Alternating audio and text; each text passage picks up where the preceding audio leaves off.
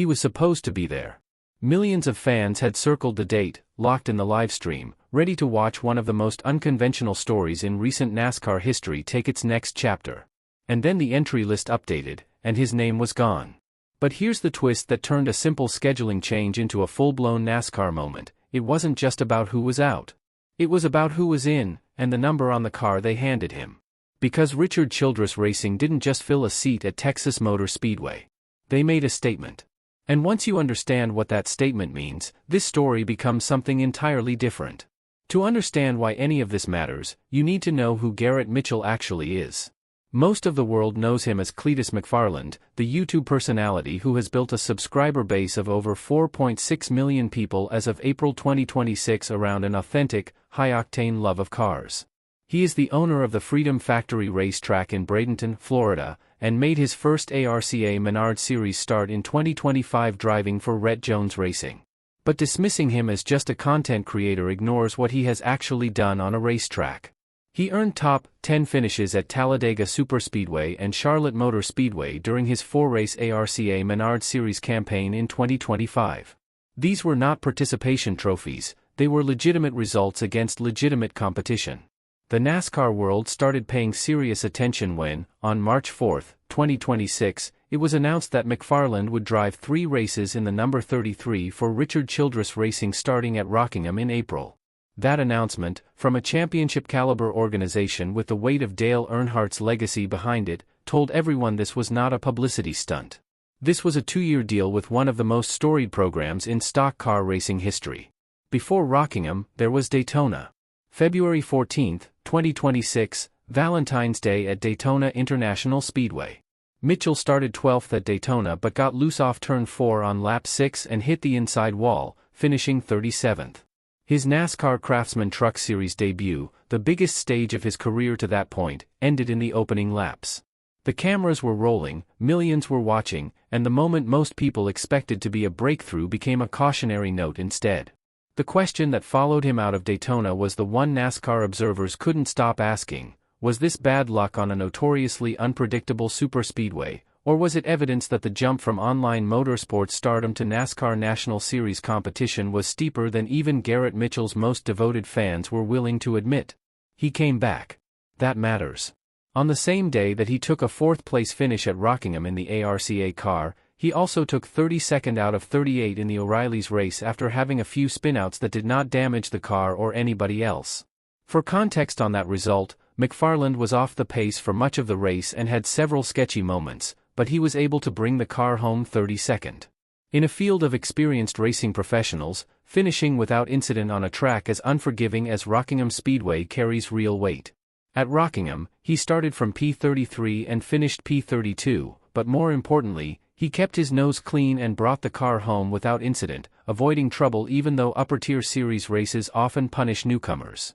Kenny Wallace, a seasoned NASCAR analyst, summed it up plainly after the race: Cletus qualified 35th, finished 32nd. NASCAR is hard, isn't it?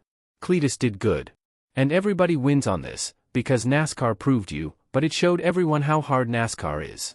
Then came the ruling that changed everything. NASCAR made the decision after Rockingham not to allow him to compete at tracks 1.5 miles or longer in length. Read that number clearly, 1.5 miles. Now look at Texas Motor Speedway, a 4-turn, 1.5-mile oval in Fort Worth, Texas. Exactly on the line. No room for interpretation, no middle ground. Cletus McFarland was simply gone from the entry list. This is not an appeal story or a grievance story, it is a gatekeeping story. NASCAR's licensing and driver approval structure grants officials the authority to restrict where a driver can compete based on their assessment of that driver's preparedness for specific track types. NASCAR officials indicated they would like to see him race on more short tracks in the series, alongside continuing his efforts in the ARCA Menards and Craftsman Truck Series. Mitchell's response to the situation, shared publicly, was measured, "It is what it is," while confirming he had more truck races on his schedule. The fan reaction split immediately and cleanly into 2 distinct camps, and both sides have a legitimate case to make. On one side, you have the argument that NASCAR is doing exactly what it is supposed to do. Intermediate tracks at racing speeds are among the most demanding environments in motorsports. Experienced Cup Series drivers get hurt at 1.5-mile ovals. Equipment worth hundreds of thousands of dollars gets destroyed. Protecting the competitive integrity of the series, and the physical safety of everyone on track, is not a small responsibility. On the other side, the counterargument is sharper than it might first appear. NASCAR folks have divided themselves into two very clear and distinct factions: he's welcome and he's not welcome. Garrett Mitchell did not come through the traditional development pipeline of Bandoleros, Legends cars, and late model series. Mitchell's rise isn't the story of a content creator buying his way into a seat. It's the story of someone who has been quietly putting in the work long before the cameras were rolling.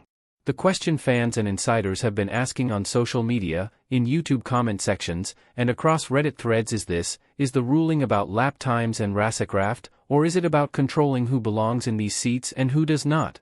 That question does not have a clean answer, and that is precisely what makes it the most interesting question in the sport right now. Now, the name you have been waiting for. Richard Childress Racing is putting Austin Dillon in the car at Texas Motor Speedway. But here is the detail that makes this more than a simple driver swap. The third Richard Childress Racing entry is being brought back for Austin Dillon at Texas Motor Speedway, and like they did a year ago when Dillon competed at Charlotte Motor Speedway, the team opted to use the number 3, rather than the number 33, for his entry. The number 3. The number that Dale Earnhardt carried to 6 NASCAR Cup Series championships, all with Richard Childress Racing. The number that RCR did not put back on a car at the top level of NASCAR until 2014, when Richard Childress hadn't run the number 3 since Dale Earnhardt's death in 2001. When RCR rolls the number 3 onto a racetrack, it is never a casual decision. That number carries the weight of an entire era of NASCAR, and the organization knows exactly what it is saying every time it appears on the entry list. Austin Dillon's presence at Texas specifically is not random. Dillon, the 2013 NASCAR O'Reilly Auto Parts Series champion, has found notable success at Texas Motor Speedway throughout the years. He is a former winner there in the NASCAR Cup Series, 2020. In 11 NOPE starts at Texas, Dillon boasts 6 top 5 finishes, an average finish position of 5.7, and has never finished worse than 10th. That record at this specific track is exceptional by any standard. Dillon has not run an O'Reilly Series race at the 4-turn, 1.5-mile Fort Worth, Texas Oval since his 10th place finish in November 2017, nearly a decade ago. His return now, in the number 3, at this moment in the broader Cletus McFarland saga, is the kind of alignment of circumstances that makes a story feel larger than any single race. Dillon said of the opportunity, "It's an honor to be able to continue RCR's partnership with Boot Barn and even better to be able to represent Boot Barn in the NASCAR O'Reilly Auto Parts Series at Texas Motor Speedway, a track where I've had great success." Meanwhile, Garrett Mitchell is watching this unfold. His next confirmed start with RCR is not at Texas, it is at Nashville Superspeedway on May 30th. Nashville becomes his next proving ground, forming part of his 3-race program with RCR for the 2026 season. The team confirmed the news on X, posting, "He's back." The @Tommies_Express number 33 will be flying like an eagle in Nashville on May 30th with Cletus McFarland behind the wheel. Nashville Superspeedway measures 1.333 miles, just under the 1.5-mile threshold that NASCAR has drawn around him. The Nashville race will also be his first outing on an intermediate-style track in the series, having made his debut on the short track at Rockingham Speedway. McFarland himself addressed what is coming: "I'm going to be doing a lot of training with RCR, a lot of simulator time. Really looking forward to getting back out on the track in the O'Reilly's car. A lot of power. Got to dial in my turning left, so come out May 30th at Nashville Superspeedway." Read Motorsport.com, if he runs clean at Nashville, if he demonstrates pace, car control, and the kind of professional discipline NASCAR's officials are looking for, the door to the bigger tracks may crack back open. If Nashville goes sideways, that door could close for a very long time. But this story is not really just about one driver and one track restriction. Pull the camera all the way back. NASCAR is currently in the middle of a genuine institutional tension between its traditional development pipeline, years of late model racing, touring series competition, and a slow, structured climb through the sport, and a new generation of crossover stars arriving with massive built-in audiences and real but compressed racing backgrounds. Mitchell's deal with Richard Childress Racing marks a turning point, not just for him, but for the sport. 3 races a year is a starting point, not a ceiling. Garrett Mitchell is not the last person to arrive in NASCAR through an unconventional path.